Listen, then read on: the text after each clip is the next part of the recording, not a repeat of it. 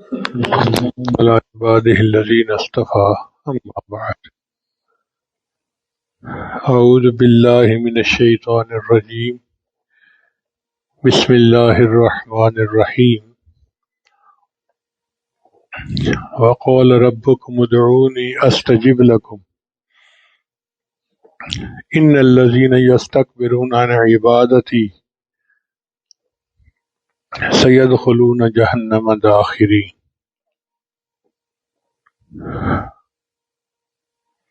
سبحان ربك رب العزة عما يصفون وسلام على المرسلين والحمد لله رب العالمين. اللهم صل على سيدنا محمد وعلى آل سیدنا محمد وبارک وسلم. ہماری زندگی میں حالات بدلتے بدلتے رہتے ہیں. اللہ تعالیٰ کا فرمان ہے وَتِلْكَ الْأَيَّامُ نُدَاوِلُهَا بَيْنَ النَّاسِ، اور ہم انسانوں کے اندر یہ دن بدلتے بدلتے رہتے ہیں. ایک بندہ آج صحت مند ہے، کل بیمار ہے. آج خوش ہے، کل غمزدہ ہے. آج کاروبار میں منافع ہے، کل نقصان ہے. آج میاں بیوی شیر و شکر ہیں، کل آپس میں ایک دوسرے کے ساتھ لڑائی جھگڑا. تو اس دنیا میں حالات بدلتے بدلتے رہتے ہیں. ایسے میں ہمیں شریعت تعلیم دیتی ہے دو باتوں کی. پہلی بات کہ جو معاملات ہوں ان کے اسباب اختیار کرو. مثلا بیمار ہیں، ڈاکٹر کے پاس جاؤ، دوائی لو، یہ سبب ہے. اگر کاروبار اچھا نہیں تو دکان پہ جاؤ، گاہکوں کے ساتھ اچھا سلوک کرو، یہ سبب ہے. اگر میاں بیوی میں جھگڑا ہے تو افہام و تفہیم سے کام لو، یہ سبب ہے. اور دوسری چیز جس کا شریعت حکم دیتی ہے وہ ہے کہ دعا کرو، اس لیے کہ اسباب برتن کی مانند ہے، ان میں اثرات ڈالنا یا نہ ڈالنا یہ اللہ کا اختیار ہے. جیسے ہمارے گھر میں گلاس ہوتا ہے، ہم چاہیں تو پانی ڈالیں، چاہیں تو دودھ ڈالیں اور چاہیں تو کچھ بھی نہ ڈالیں. اسی طرح اللہ تعالی سبحان اللہ، عجیب شان ہے اللہ کی کہ ایک بندہ دودھ پیتا ہے جو انسان کو طاقت دیتا ہے، جو انسان کو قوت دیتا ہے، جو انسان کے لیے صحت کا باعث ہے، اور دودھ پینے سے موت ہو جاتی ہے.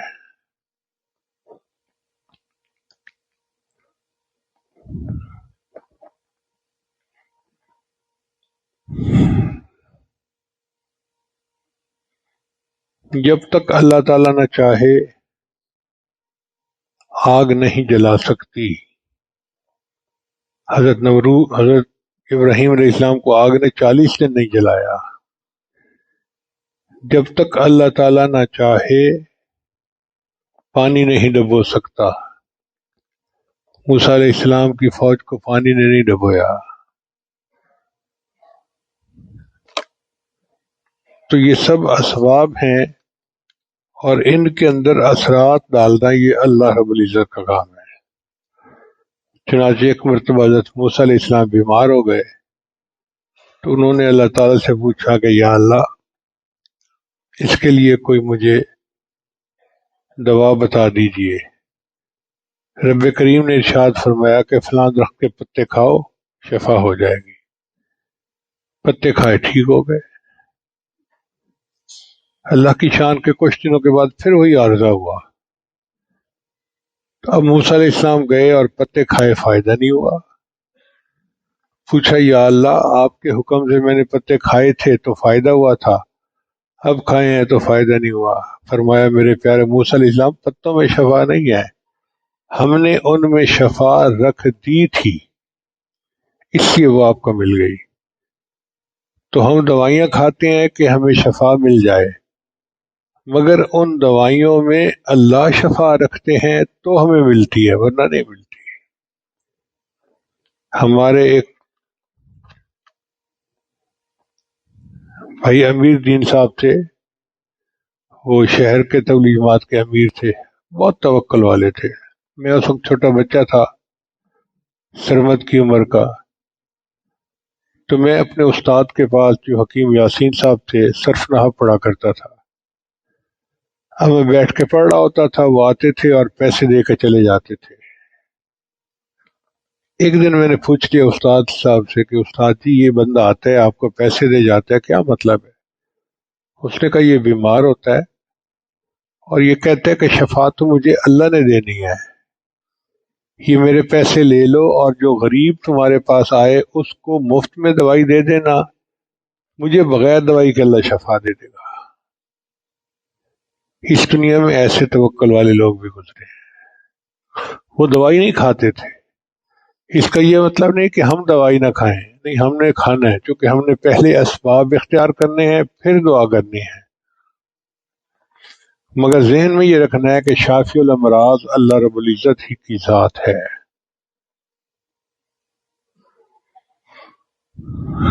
اللہ کی شان کے ہم بہت کوششیں کرتے ہیں۔ بعض لوگوں کو دیکھا دکان پہ صبح جا کے بیٹھ جاتے ہیں، شام تک بیٹھتے ہیں، چھٹی بھی نہیں کرتے۔ کئی تو ایسے ہوتے ہیں کہ کھانا بھی نہیں کھاتے، گھر آ کے واپس کھانا کھاتے ہیں، مگر منافع نہیں ہوتا۔ کیوں؟ وہ کوششیں تو کر رہے ہیں مگر اللہ سے دعا نہیں مانگ رہے جس نے اس کے اندر منافع ڈالنا ہے۔ یہ گاہکوں کا دل کون متوجہ کرتا ہے؟ اللہ متوجہ کرتا ہے۔ ایک ماں کے دو بیٹے تھے، وہ گھر میں کوئی چنا چاٹ بناتی تھی، دونوں کے لیے ایک جیسی۔ ایک بھائی جاتا تھا تو شام کو بہت پروفٹ لے کے آتا تھا اور دوسرے کا مال بکتا ہی نہیں تھا۔ بنانے والی بھی ایک ماں ہے، ایک ہاتھ سے بنے ہیں، ایک ذائقہ، ہر چیز ایک کو گاہک بہت آتے ہیں، دوسرے کو آتے ہی نہیں۔ یہ کون بھیجتا ہے؟ اللہ بھیجتا ہے۔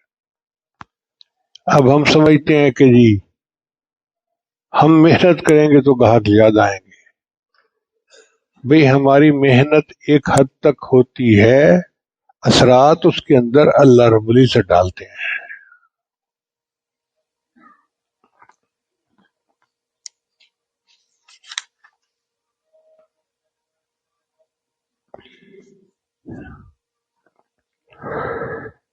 میاں محمد بخش رحمۃ اللہ فرماتے ہیں، مالی دا کم پھل پانی دینا تے بھر بھر مشکاں پاوے۔ مالی کا کیا کام ہے؟ وہ پانی بھر بھر کے ڈالتا ہے درخت کو، پودے کو۔ مالی دا کم پانی دینا تے بھر بھر مشکاں پاوے، تے مالک دا کم پھل پھل لانا، لاوے یا نہ لاوے۔ یہ تو اللہ کا اختیار ہے نا کہ پھل پھول تو اس نے لگانے ہوتے ہیں۔ کسان اپنی پوری محنت کرتا ہے مگر پھل پھول اللہ لگاتا ہے، اس لیے متوجہ اللہ تعالیٰ کی طرف ہونا چاہیے۔ دعا صرف ہماری ضرورت ہی نہیں، بندگی کے اظہار کا ایک بہترین طریقہ ہے۔ چنانچہ بندہ اللہ کے سامنے روئے دھوئے، یا اللہ میں تیرا منگتا ہوں، تیرا بندہ ہوں، عاجز ہوں، مسکین ہوں، تو میرا پروردگار ہے، اے اللہ تو میری اس دعا کو قبول فرما لے۔ خالق میں اور مخلوق میں بڑا فرق ہے۔ مخلوق سے مانگو ایک دفعہ دے دیں گے، دوسری دفعہ مانگو کرنی کترائیں گے، تیسری دفعہ مانگو ملنے سے انکار کر دیں گے، بہانے بنا لیں گے، اور پھر مانگو تو کہیں گے یار کیا تو ہر وقت مانگتا ہی رہتا ہے۔ اللہ کی شان جدا ہے۔ اللہ سے ایک دفعہ مانگو وہ دیتا ہے، دوسری دفعہ مانگو وہ دیتا ہے، تیسری مرتبہ مانگو دیتا ہے۔ جو بھی مانگو اللہ دیتا ہے، بلکہ جو بندہ اللہ ہی سے مانگے، کسی اور سے نہ مانگے، اللہ اس کو اپنا ولی بنا لیتا ہے۔ اللہ فرماتا ہے یہ میرا ولی ہے، میرے علاوہ کسی سے مانگتا ہی نہیں ہے۔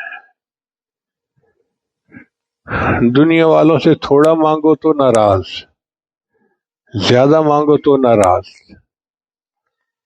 ایک صاحب نے کسی وزیر کو کہا جی مجھے 1 روپیہ دے دو، خفا ہو گیا، تو نے مجھے کیا سمجھا ہوا ہے، 1 روپیہ مجھ سے مانگتا ہے۔ ایک صاحب نے کسی کو کہا جی کہ مجھے 1 کروڑ روپیہ دے دے، وہ ناراض، تو میرے ساتھ مذاق کرتا ہے۔ تھوڑا مانگو تو ناراض، زیادہ مانگو تو ناراض۔ اللہ کی شان جدا ہے، اللہ سے تھوڑا مانگو دیتا ہے، حتیٰ کہ نبی علیہ السلام نے فرمایا تم جوتے کا ٹوٹا ہوا تسمہ بھی اپنے رب سے مانگو، اللہ وہ بھی دیتا ہے، اور زیادہ جتنا مانگو اللہ وہ بھی دیتا ہے۔ ایک دفعہ عرفات کے میدان میں وقوف عرفہ میں ہم دعائیں کر رہے تھے، تو ایک لاہور کا نوجوان تھا، اس نے اللہ سے دعا مانگی، یا اللہ دے مجھے 900 کروڑ روپیہ۔ نہیں، ایک بوڑھے نے دعا مانگی، یا اللہ دے مجھے 900 کروڑ روپیہ۔ تو ایک نوجوان نے کہا بابا جی اتنے؟ کہتے پتر پریشان نہ ہو، تیرے کو نہیں مانگے رب کو مانگے نے، تو کیوں پریشان ہوتا ہے، میں نے اللہ سے مانگے ہیں۔ تو اللہ سے مانگو، جتنے مانگو اس کے خزانے اتنے بڑے ہیں کہ اگر ساری مخلوق اکٹھی ہو جائے، انسان اور جن، آدم علیہ السلام سے لے کر قیامت تک آنے والا آخری انسان، بچے بوڑھے، اور سب اپنی مرضی کی اللہ سے دعا مانگے، اللہ اس پر قادر ہے ان سب کو عطا کر دے۔ اور اللہ کے خزانے میں اتنی کمی بھی نہیں آتی، جتنا سوئی کو سمندر میں ڈبو کے نکالیں تو سمندر کے پانی میں کمی آتی ہے۔ جب اتنا بڑا ہے اور اس کے خزانے اتنے بڑے ہیں تو پھر ہمیں پریشان ہونے کی کیا ضرورت ہے؟ اس لیے قرآن مجید نے ہمیں حکم دیا، وقال ربکم، اور کہا تمہارے پروردگار نے۔ اب اس میں نہ مومن اور کافر کا فرق ہے، نہ نیک اور بد کا فرق ہے۔ یہ نہیں کہا کہ ایمان والوں دعا مانگو، کافر بھی مانگ سکتا ہے، اس لیے کہ ان کا رب بھی اللہ ہے۔ نیک اور بد کا فرق نہیں کہ نمازی ہو تم دعا مانگو، جبے والوں پگڑیوں والوں تم دعا مانگو، نہیں، پینٹ شرٹ والے مانگے، جو مرضی مانگے، ہیں تو اللہ کے بندے نا۔ تو کم کی ضمیر سب کے لیے ہے، ہر انسان، جو انسان ہے، نیک ہے، بد ہے، مومن ہے، کافر ہے، سب کے لیے اللہ کا حکم ہے۔ وقال ربکم، اور فرمایا تمہارے رب نے، ادعونی، مجھ سے دعا مانگو، استجب لکم، میں تمہاری دعا کو قبول کروں گا۔ اب اللہ کا وعدہ کسی صرف نیک کے ساتھ نہیں ہے، داڑھی والے کے ساتھ نہیں ہے، ہر ایک کے ساتھ ہے، حتیٰ کہ کوئی شرابی ہے، زانی ہے، ڈاکو ہے، چور چکار ہے، جو مرضی ہے مانگے گا، اللہ قبول فرمائیں گے۔ بلکہ نبی علیہ السلام نے ارشاد فرمایا کہ من لم یدعو اللہ غضب علیہ، جو بندہ اللہ سے دعا نہیں مانگتا اللہ اس سے ناراض ہوتے ہیں۔ یعنی اللہ تعالیٰ بندے سے ناراض ہوتے ہیں کہ یہ مجھ سے کیوں نہیں مانگتا۔ مانگنے سے بندے کی عاجزی ظاہر ہوتی ہے اور اللہ کی کبریائی ثابت ہوتی ہے، اللہ کو یہ بات اچھی لگتی ہے، اس لیے اللہ فرماتے ہیں کہ اے میرے بندے تو مجھ سے مانگ۔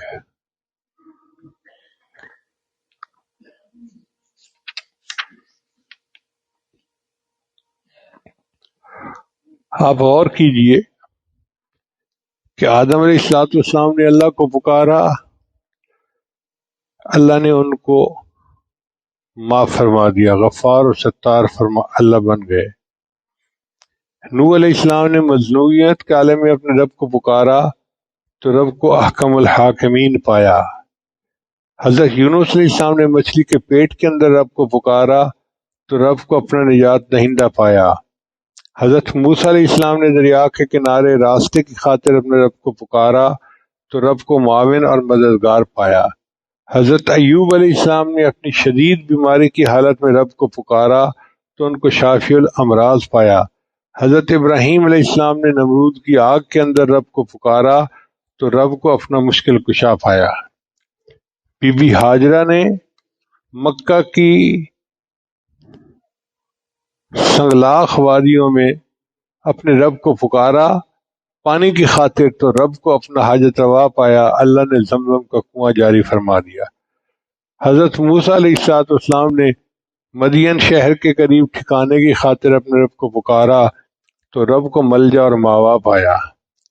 حضرت یوسف علیہ السلام نے جیل کے اندر سے اپنے رب کو پکارا تو رب کو اپنا نجات دہندہ پایا۔ حضرت زکریہ علیہ السلام نے انتہائی بڑھاپے کی حالت میں اولاد کی خاطر رب کو پکارا تو رب کو مجیب الدعوات پایا۔ حضرت یعقوب علیہ السلام نے انتہائی کرب کی حالت میں اپنے بیٹے کی واپسی کی خاطر رب کو پکارا تو رب کو حاجت روا پایا۔ نبی علیہ السلام نے بدر اور حنین کے میدانوں میں مدد کے لیے اپنے رب کو پکارا تو رب کو اپنا ناصر اور مددگار پایا۔ صحابہ کرام نے افریقہ کے جنگلوں میں شیروں اور درندوں کے سامنے حفاظت کی خاطر اپنے رب کو پکارا تو رب کو اپنا محافظ اور نگہبان پایا۔ اس کا مطلب یہ کہ جس نے بھی رب کو پکارا ہے، رب نے نہ یہ صرف کہ پکار کو سنا ہے بلکہ ان کی دعاؤں کو قبول بھی فرمایا ہے۔ دعا ہماری ضرورت بھی ہے اور مستقل عبادت بھی ہے۔ باقی عبادتیں اگر انسان نیکی کی نیت سے، آخرت کی نیت سے کریں تو عبادت ہیں، اگر دنیا کی نیت سے کریں تو الٹا پکڑ ہے۔ دعا کی شان جدا ہے۔ دعا انسان دنیا کے لیے مانگے تو بھی عبادت ہے۔ مثلا ایک بندہ اپنے کاروبار کے لیے دعا مانگے تو دنیا مانگ رہا ہے نا، وہ بھی عبادت ہے۔ ایک باپ اپنی بیٹی کی رشتے کے لیے دعا مانگتا ہے، دنیا کا کام ہے مگر یہ بھی عبادت ہے۔ تو دعا عبادت ہے۔ نبی اسلام نے ارشاد فرمایا الدعاء هو العبادہ، دعا تو عبادت ہے، جامع ترمذی کی روایت ہے۔ اور ایک مرتبہ نبی اسلام نے فرمایا الدعاء مخ العبادہ، دعا عبادت کا مغز، نچوڑ ہے۔ جیسے کوئی ہوتا ہے نا، ملائی ہوتی ہے دودھ کی، نچوڑ ہوتا ہے اس کا، ایسے فرمایا کہ دعا تو عبادت کی ملائی ہے، یوں سمجھیں۔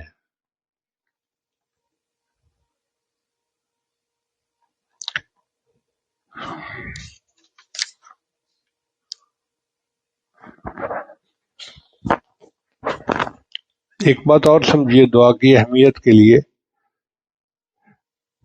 قرآن مجید میں کئی ایسے مواقع ہیں کہ جہاں پہ صحابہ کرام نے سوال پوچھا تو اللہ نے نبی علیہ السلام کے واسطے سے ان کو جواب دلوایا۔ صحابہ کرام نے پوچھا اے اللہ کے قسم، یہ چاند گھٹتا بڑھتا ہے، اس میں کیا مسئلہ ہے؟ تو اللہ نے ایک ترتیب بنا دی۔ ترتیب سمجھے کیا؟ یسألونک عن الاہلہ، اے میرے محبوب یہ آپ سے چاند کے گھٹنے بڑھنے کے بارے میں سوال کرتے ہیں، قل ہی مواقیت للناس والحج، تو کل کے ذریعے سے اللہ نے محبوب علیہ السلام کی زبان سے جواب دلوا دیا۔ یسألونک عن الیتامی قل اصلاح لہم خیر، یسألونک عن المحیض قل هو اذى فاعتزلوا النساء فی المحیض۔ تو ایک ترتیب ہے سوال کی، یسألونک سے سوال اور پھر کل کے ذریعے سے جواب۔ یہی ترتیب پورے قرآن میں نظر آتی ہے سوائے ایک موقع کے۔ وہ موقع کیا تھا کہ صحابہ نے نبی علیہ السلام سے پوچھا کہ اللہ کتنا قریب ہے۔ اللہ فرماتے ہیں وَإِذَا سَأَلَكَ عِبَادِي أَنِّي، اور جب آپ سے میرے بندے میرے بارے میں پوچھیں فَإِنِّي قریب، میں تو بالکل قریب ہوں۔ یہاں اللہ نے اپنے محبوب کو درمیان میں واسطہ نہیں بنایا، خود جواب دیا۔ اب بتائیے کہ وہ اللہ بندے سے کتنا قریب ہے جو خود جواب دے رہا ہے کہ میرے بندے میرے بارے میں پوچھتے ہیں میرے محبوب میں ان کے بہت قریب ہوں، میں تو ان کی شہ رگ سے بھی زیادہ ان کے قریب ہوں۔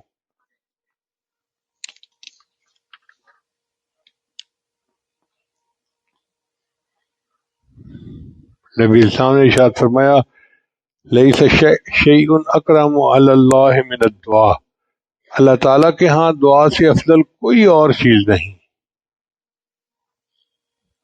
اور حقیقت یہ ہے کہ جس بندے کو دعا کی توفیق مل جاتی ہے اس پر گویا اللہ کی رحمت کا دروازہ کھل جاتا ہے۔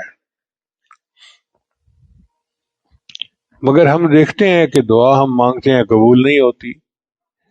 یہ بڑی اہم بات ہے، اس کی 3 وجوہات ہیں۔ دعا قبول نہ ہونے کی 3 وجوہات ہیں۔ سب سے پہلی وجہ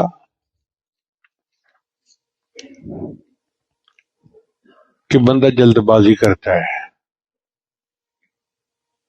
دعا مانگتا ہے اور دوسرے دن کہتا ہے جی میری تو دعا قبول نہیں ہوئی۔ اور حدیث مبارکہ میں ہے کہ جب بندہ یہ کہہ دیتا ہے نا میری دعا قبول نہیں ہوئی، اللہ فیصلہ کر دیتے ہیں اب میں نے تیری دعا کو قبول نہیں فرمانا۔ یہ تو وہی بات ہے نا کہ ایک بچے نے بادام کھایا اور اپنے بازو کو دیکھنے لگا میں موٹا تو نہیں ہوا۔ بھئی بادام کھانے کے بعد بازو موٹا تھوڑا ہوگا۔ ہمارا حال وہی ہے، صبح دعا مانگی، شام کو کہا دعا مانگی تھی قبول نہیں ہوئی۔ تو یہ جو جلد بازی ہے یہ دعا کی رد ہونے کا باعث بنتی ہے۔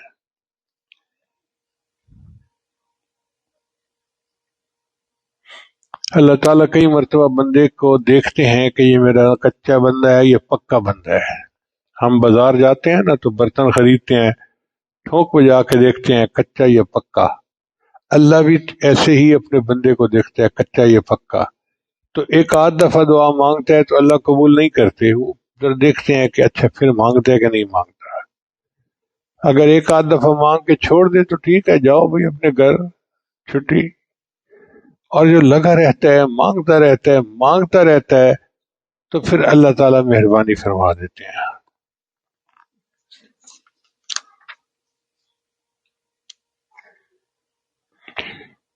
حدیث مبارکہ میں نبی صاحب نے ارشاد فرمایا والذی نفسی بیدہ، قسم ہے اس پروردگار کی جس کے قبضہ قدرت میں میری جان ہے، ان العبد لیدعو اللہ، ایک بندہ اللہ کو پکارتا ہے، وہو علیہ غضبان، اور اللہ اس سے ناراض ہوتا ہے۔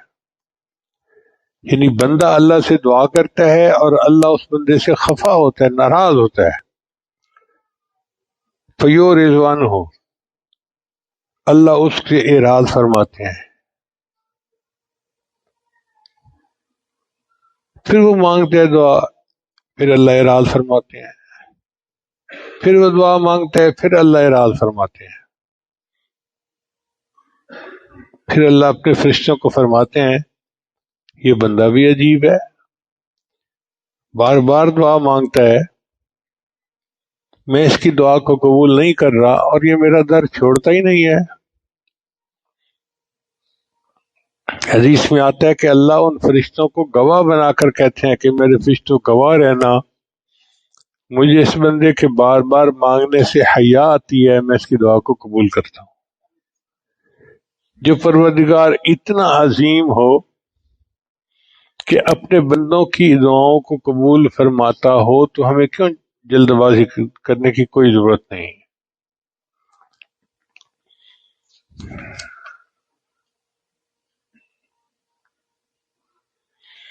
اور سچی بات تو یہ ہے کہ ہم اللہ کا در چھوڑ کے جائیں کہاں، ہمارے پاس تو کوئی اور در ہی نہیں۔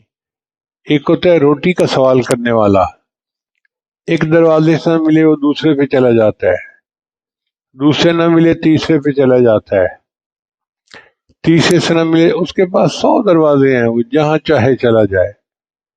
ہمارا مسئلہ جدا ہے، ہمارے پاس تو در ہی ایک ہے، ہم اس کو چھوڑ کے کہاں جا سکتے ہیں۔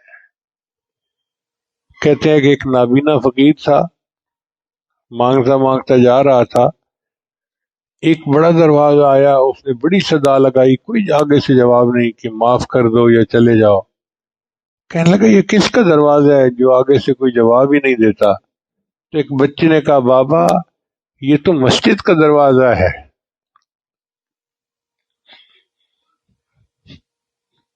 تو جب اس نے کہا کہ بابا یہ تو مسجد کا دروازہ ہے، تو اس فقیر نے اپنا کشکول زمین پہ پھینک کے توڑ دیا کہ اگر میں اللہ کے دروازے پہ پہنچ گیا ہوں تو مجھے کسی اور دروازے پہ جانے کی کوئی ضرورت نہیں ہے۔ اس یقین کے ساتھ ہم مانگیں گے تو یقیناً اللہ تعالی ہماری دعاؤں کو قبول فرمائیں گے۔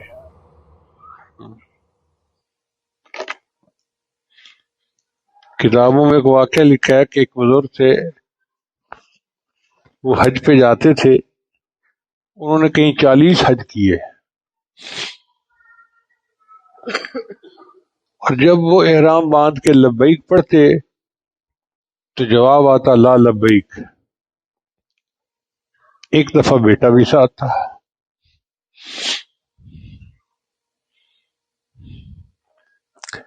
انہوں نے احرام باندھ کے پڑھا لبیک اللہم لبیک، جواب آیا لا لبیک۔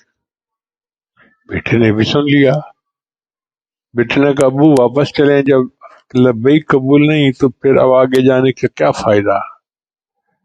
باپ نے کہا بیٹا تم نے تو ابھی ایک دفعہ سنا ہے،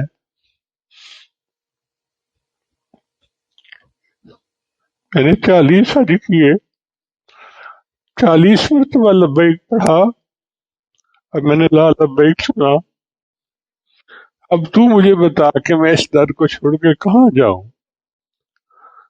دوسرا در تو ہے ہی کوئی نہ، کچھ نہیں ہوتا، سنوار رہے ہیں۔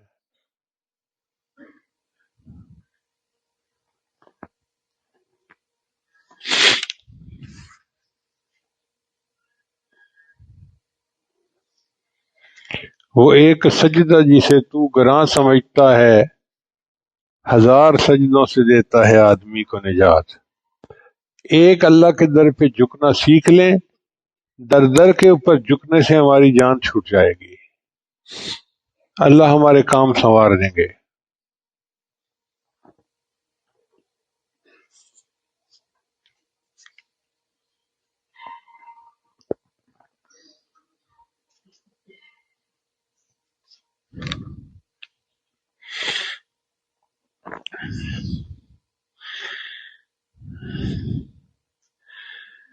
جب ہم نے لا الہ الا اللہ پڑھ لیا تو اپنے رب کے ساتھ ایک پکا تعلق جوڑ لیا،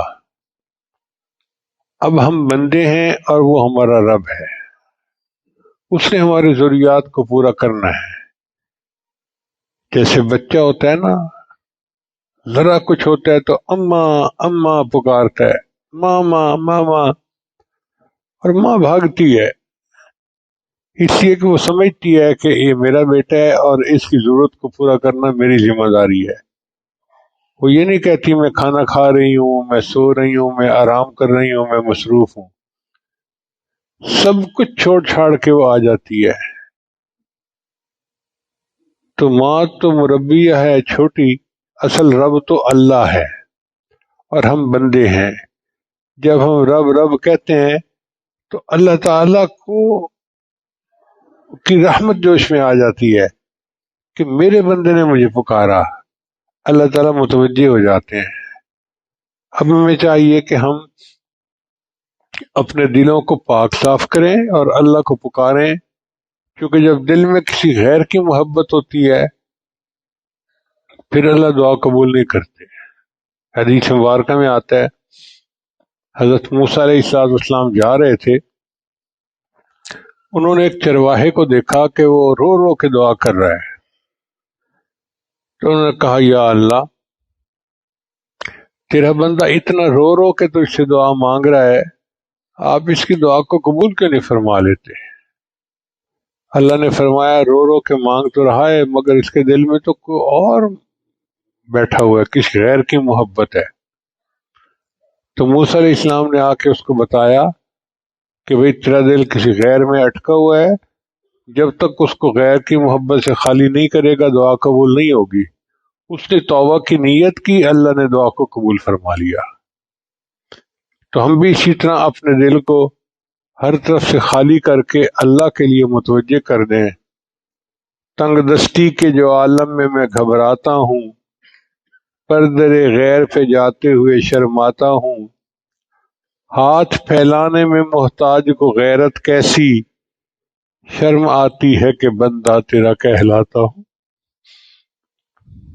اے اللہ میں بندہ آپ کا ہوں اور جاؤں کسی غیر کے در پہ، بس مجھے شرم آتی ہے، میں ایسا نہیں کر سکتا، بس تو ہی میرے اوپر احسان فرما اور میری دعاؤں کو قبول فرما۔ دعائیں قبول ہونے کی دوسری وجہ یہ ہوتی ہے کہ ہم دعا تو مانگتے ہیں، یقین نہیں ہوتا قبول ہوگی یا نہیں ہوگی، دل میں یقین ہوتے ہیں ہم۔ اور اللہ کے ہاں قانون یہ ہے کہ اللہ بندے کے گمان کے مطابق فیصلہ فرماتے ہیں۔ حدیث قدسی ہے، انا عند ظن عبدی بی، میں بندے کے ساتھ اس کے گمان کے مطابق معاملہ کرتا ہوں۔ تو جب ہمارا اپنا ہی گمان ہے کہ پتہ نہیں دعا قبول ہوتی ہے یا نہیں ہوتی، تو ہمیں تو ہماری دعا قبول کیا ہوگی؟ یہ ذہن میں نہ رکھیں جی کہ ہم نیک نہیں ہیں، ہم تو گناہ گار ہیں، ہماری دعا قبول نہیں ہوگی۔ اللہ نے تو شیطان کی دعا کو قبول کر لیا۔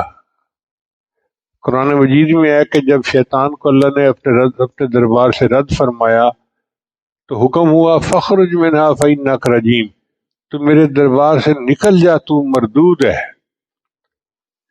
تو جب اللہ نے اس کو نکالا اپنے دربار سے، اس وقت اس نے دعا مانگی رب فانظرنی الی یوم یبعثون، اللہ مجھے قیامت تک کے لیے مہلت دے دیجئے۔ اللہ فرماتے ہیں انک من المنظرین، میں نے تجھے مہلت عطا فرما دی۔ تو جو پروردگار شیطان کی دعا کو قبول کر سکتا ہے، وہ ہماری دعا کو قبول کیوں نہیں کر سکتا؟ اللہ نے تو فرعون کی دعا کو قبول کر لیا۔ کتابوں میں لکھا ہے کہ ایک دفعہ مصر میں بارشیں بند ہو گئیں، قحط سالی تھی، دریا نیل کا پانی بھی بند ہو گیا۔ تو کچھ لوگ مل کے آئے اور انہوں نے فرعون کو کہا کہ آپ تو خدائی کا دعویٰ کرتے ہیں، آپ بارش برسائیں تاکہ ہماری کھیتیاں ہو جائیں۔ تو فرعون نے وعدہ کر لیا کہ کل بارش ہو جائے گی۔ جب لوگ چلے گئے تو اس نے سوچا کہ بھئی بارش تو اللہ نے برسانی ہے، میں تو ایک جھوٹا دعویٰ کر رہا ہوں۔ تو کتابوں میں لکھا ہے کہ رات کے اندھیرے میں وہ نکل گیا محل سے اور ویرانے میں ایک جگہ جا کے اس نے کہا کہ یا اللہ، اصل مالک خالق تو ہے، میں تو تیرا ایک بندہ ہوں، میں بارش نہیں برسا سکتا، تو برسا دے تاکہ قحط ختم ہو جائے۔ کتابوں میں لکھا ہے اللہ نے اس کی دعا کو قبول کر کے بارش برسا دی اور اس کا وعدہ پورا ہو گیا۔ تو جو پروردگار شیطان کی دعا کو قبول کرتا ہے، فرعون کی دعا کو قبول کرتا ہے، تو ہماری دعا کیوں نہیں قبول کرے گا؟ ہم ہیں، گناہ گار ہیں، توبہ کرنی چاہیے، مگر یقین کے ساتھ مانگنی چاہیے دعا کہ ہم مانگ رہے ہیں، جب اللہ نے توفیق دے دی تو دینا تھا تو توفیق دی، اگر اللہ نے نہ دینا ہوتا تو توفیق ہی نہ دیتا۔ شیطان کے دھوکے میں نہیں آنا چاہیے کہ یہ تو فلاں ہے اور فلاں ہے، تیری دعا کیسے قبول ہو سکتی ہے؟ یقیناً دعا قبول ہو سکتی ہے، اللہ کا وعدہ ہے اور اللہ اپنے وعدے میں سچے ہیں۔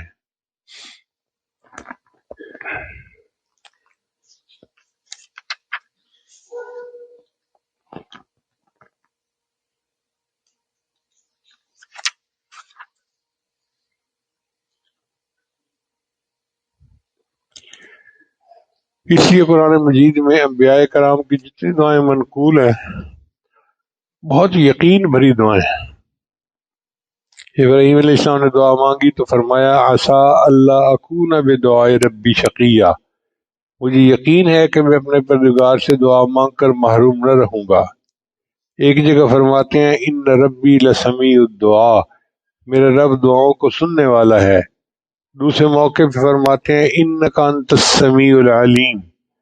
حضرت زکریا علیہ السلام بوڑھے ہو گئے تھے، انہوں نے اللہ سے اولاد مانگی تو یوں کہا رب ہب لی من لدنک ذریۃ طیبہ انک سمیع الدعاء۔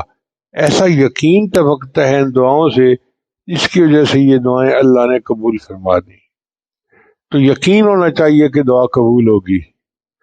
ہم سے تو چھوٹا بچہ اچھا، بچوں کو یقین ہوتا ہے۔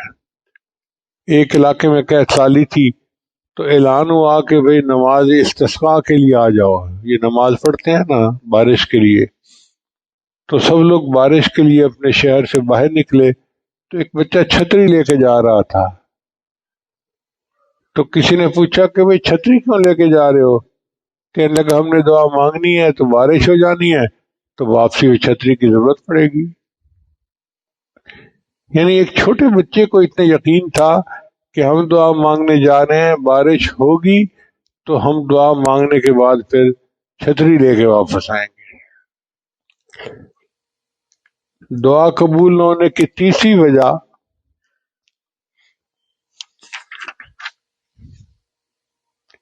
کہ ہم اللہ کے سامنے آہوزاری نہیں کرتے۔ چنانچہ دیکھیں ہم دعا مانگتے ہیں، جس طرح صبح ایک افسر آ کے اپنے دفتر میں کام ذمہ لگاتے ہیں نا، الیکٹریشین کو کہتے ہیں تم یہ کر دینا، پلمبر کو کہتے ہیں تم یہ کر دینا، فلاں کو کہتے ہیں تم یہ کر دینا، ڈرائیور کو کہتے ہیں تم یہ کر دیں، کام ذمہ لگاتا ہے۔ ہم دعا اس طرح سے مانگتے ہیں، اللہ میری بیٹی کا رشتہ آ جائے، میرا بیٹا پاس ہو جائے، جاب مل جائے میرے بیٹے کو، فلاں ہو جائے۔ بھئی اللہ کو کام ذمہ نہ لگاؤ، اللہ سے دعا مانگو۔ دعا مانگنا اور ہوتا ہے، کام ذمہ لگانا اور ہوتا ہے۔ اس لیے دعا میں آہوزاری کرنا، رونا دھونا یہ مطلوب ہے۔ اللہ تعالیٰ فرماتے ہیں وَلَقَدْ أَرْسَلْنَا إِلَىٰ أُمَمٍ مِّن قَبْلِكَ فَأَخَذْنَاهُم بِالْبَأْسَاءِ وَالضَّرَّاءِ لَعَلَّهُمْ يَتَضَرَّعُونَ، اور تحقیق ہم نے آپ سے پہلی امتوں کی طرف رسول بھیجے، پھر ہم نے ان کو پکڑا تنگی اور بیماری کے ساتھ تاکہ وہ ہمارے سامنے گڑ گڑائیں۔ اب دیکھیں آج ہمارے ملک کے حالات بھی اسی طرح ہیں، تنگی اور تنگ دستی نے گھیرا ہوا ہے۔ اللہ چاہتے ہیں کہ میرے بندے گڑ گڑائے، لیکن ہم گڑ گڑا کے اللہ سے نہیں مانگتے، نعرے لگاتے ہیں اس کے خلاف اس کے خلاف، باتیں کرتے ہیں گھنٹوں، رب سے نہیں مانگتے جس نے حالات کو ٹھیک کرنا ہے۔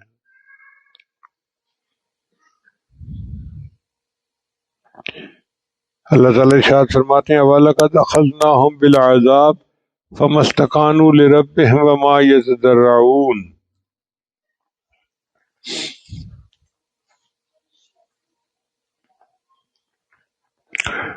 اور ہم نے ان کو عذاب میں گرفتار کیا، پس نہ تو انہوں نے رب کے سامنے عاجزی کی اور نہ ہی وہ گڑ گڑائے۔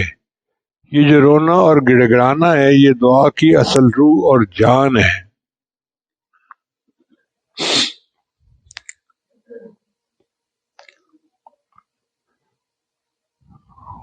ایک بچہ بھی یہ بات سمجھتا ہے۔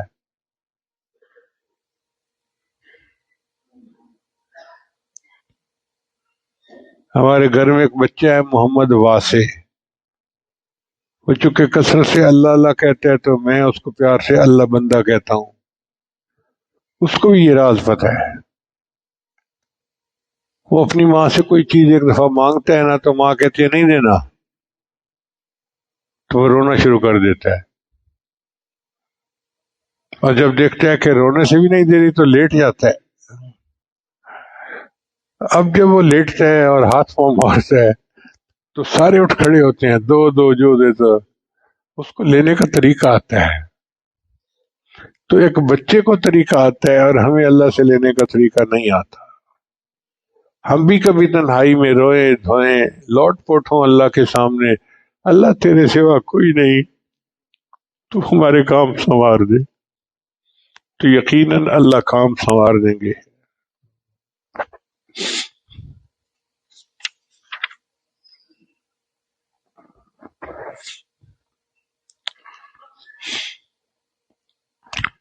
مانگنے کا طریقہ بھکاری سے سیکھیں.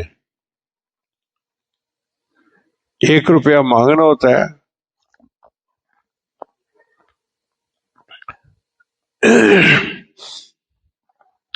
اس کے کپڑے بھی پھٹے ہوئے پہنے ہوتے ہیں، اور جب مانگتا ہے تو ہاتھ بھی ایسے ہل رہے ہوتے ہیں، اور آواز بھی بڑی عاجزی والی ہوتی ہے، اور ایسے یعنی الفاظ استعمال کرتا ہے کہ بندے کا دل پسیج جائے، متوجہ ہو جائے. جس نے 1 روپیہ اللہ ہم سے مانگنا ہے وہ اتنی عاجزی دکھا رہا ہے. ہم نے تو اللہ سے اللہ کو مانگنا ہے، ہمیں کتنی عاجزی کرنی چاہیے. تو جس طرح مانگنے کی ضرورت ہے ہم نہیں مانگتے، اس لیے پھر دعائیں قبول نہیں ہوتی.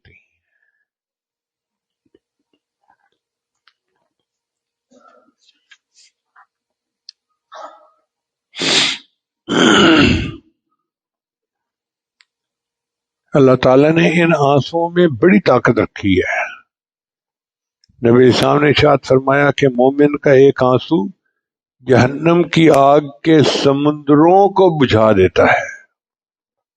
ایک آنسو جہنم کی آگ کے سمندر کو بجھا دیتا ہے. اتنی طاقت ہے آنسو میں. اور فرشتے اس پہ حیران ہوتے ہیں کہ یہ مومن کے آنسو اللہ کے ہاں کتنے مقبول ہیں. علامہ اقبال نے لکھا، موتی سمجھ کے شان کریمی نے چن لیے، قطرے جو تھے میرے عرق انفعال کے. یعنی میرے جو ندامت کے آنسو تھے ان کو اللہ نے موتی سمجھ کے چن لیا. اس کی وجہ سمجھیں کیا ہے؟ وجہ یہ ہے کہ فرشتے عبادت گزار ہیں، نیک ہیں، اللہ کی نافرمانی بالکل نہیں کر سکتے، مگر ان کے پاس ندامت نہیں ہے، اور بندے کے پاس ندامت ہے. تو جب بندہ ندامت کے آنسو بہاتا ہے تو یہ آنسو عرش کے اوپر کی دنیا کے لیے ایک امپورٹنٹ چیز کی مانند ہے.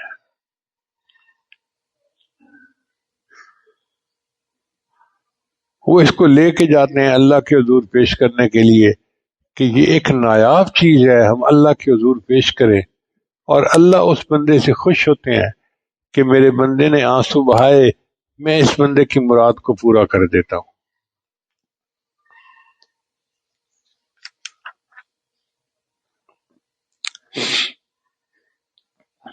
محمد بخش رحمۃ اللہ فرماتے ہیں،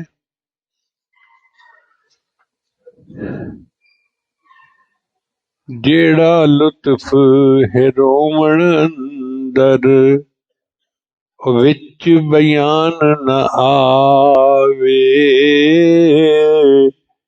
جیڑا لطف ہے رومن اندر وچ بیان نہ آوے، رونا دل دی میل اتارے، نالے رٹھڑے یار مناوے، تے رب دی یاد چ روون والا کدی دوزخ وچ نہ جاوے. جو اللہ کی محبت میں روتا ہے، دعا مانگتے ہوئے روتا ہے، اللہ اس کو جہنم میں نہیں بھیجیں گے. رونے سے بات سنورتی ہے. کہتے ہیں کہ صلاح الدین ایوبی ایک دفعہ بڑا پریشان تھا. اسے اطلاع ملی کہ دشمن کے بحری بیڑے آ رہے ہیں، تو بیت المقدس کی حفاظت کے لیے وہ فکر مند تھا. تو رات آئی تو وہ بیت المقدس میں گیا، اور وہاں جا کے اس نے خوب رو کے اللہ سے دعا مانگی.